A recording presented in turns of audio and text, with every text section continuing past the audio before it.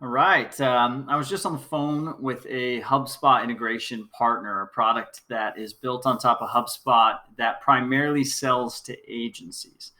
Now, they are about to launch their agency partner program or strategizing how it will work. And they're running into sort of a roadblock, a mental dilemma that many who sell directly to agencies, primarily or exclusively, run into when they start to use the term partnerships, when traditionally they've talked to these people as users, clients, prospects, sales, right? Now, the dilemma in this scenario is the product, the SaaS product in this case, sells to agencies currently with no partnership discussion, no incentives, right? Now, their product provides these agencies with a leg up. So, why would that agency share the product with other agencies, as the agency may be one of the referrals in this scenario? And the commissions on this product will never be great. You know, it's not a $20,000 build with a $5,000 commission.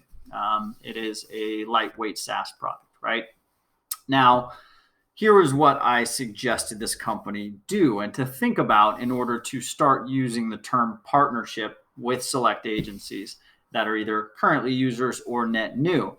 And this will get them to want to share your URL, a URL on your website, the tech company's website, to help them break into new accounts.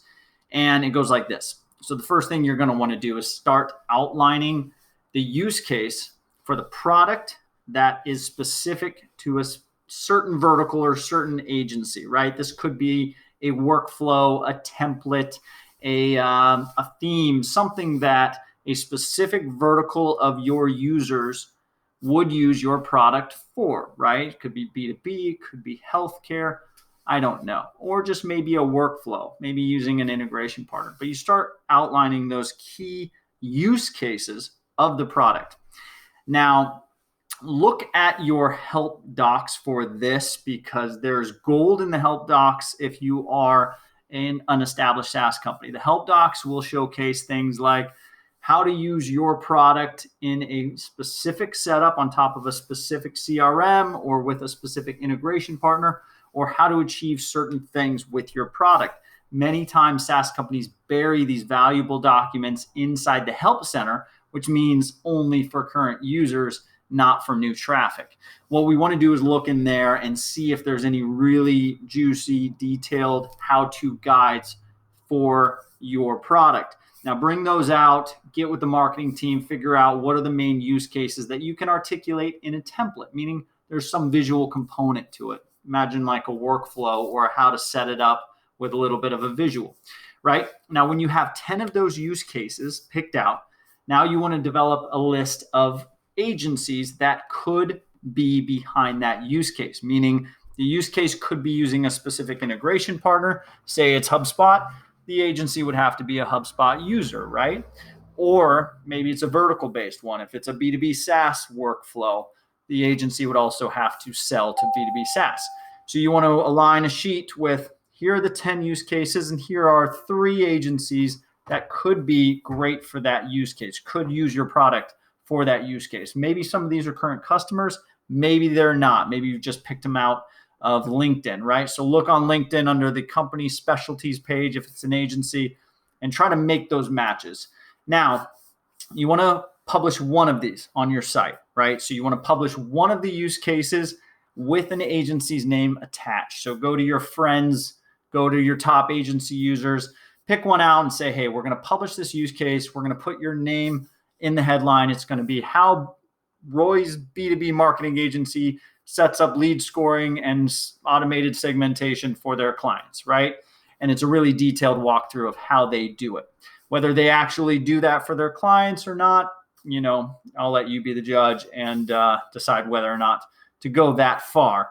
But as long as that agency is using your product or knows your product and sells to that type of vertical, that use case could be used for them. Ask for their permission, go ahead and publish it. Now, the trick to design this page is not to make it a blog post. Don't make it a help desk looking document, right? You want it to look like a profile. You want it to have the agency's logo in the top left followed by their experience, what they're great at, description of the agency, of course, a big button for, visit their website.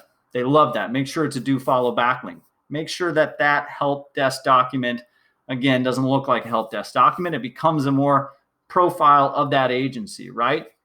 And now the next step, once you've designed the mock-up, once you have that URL, you're going to reach out to those 30 or so agencies that you want to do the same thing with a list of the workflow. So you show them in the one example workflow with that first Roy's B2B marketing agency at the top, and you say, hey, I want to work with a select group of agencies that can and maybe already do something similar to this type of use case of our product, right? Maybe use our competitors now, but what we want to do is we want to work closely with select agencies that are experts in their field doing this with this ideal client base.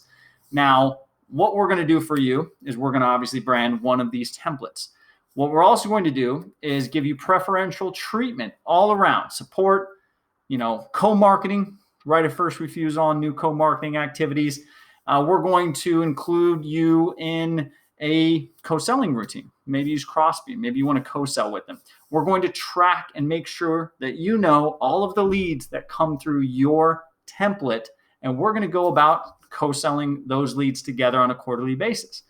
Now, the ask for those interested in getting on this track with you is to become an expert in your tool. They do have to take the time, spend the energy to learn your tool. You're going to give them a free account to do that. Don't charge them, but go ahead and make sure that they have the time and the support to become experts. And then you are going to show them the partner track to phase 1, phase 2, phase 3, and phase 4 is that big go-to-market strategy. We're going to create a very awesome go-to-market strategy to get you in front of more clients that you want to go after. That could also be good users of our tool.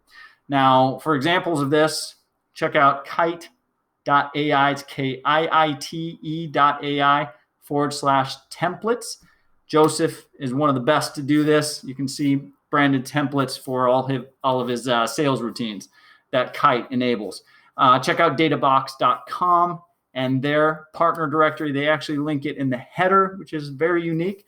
But their partner directory showcases the partner, all about that partner, and then their branded templates below. It's a great strategy. You don't need to go all the way that Databox and Kite did, which is I can actually onboard into those tools using those templates as a starting point.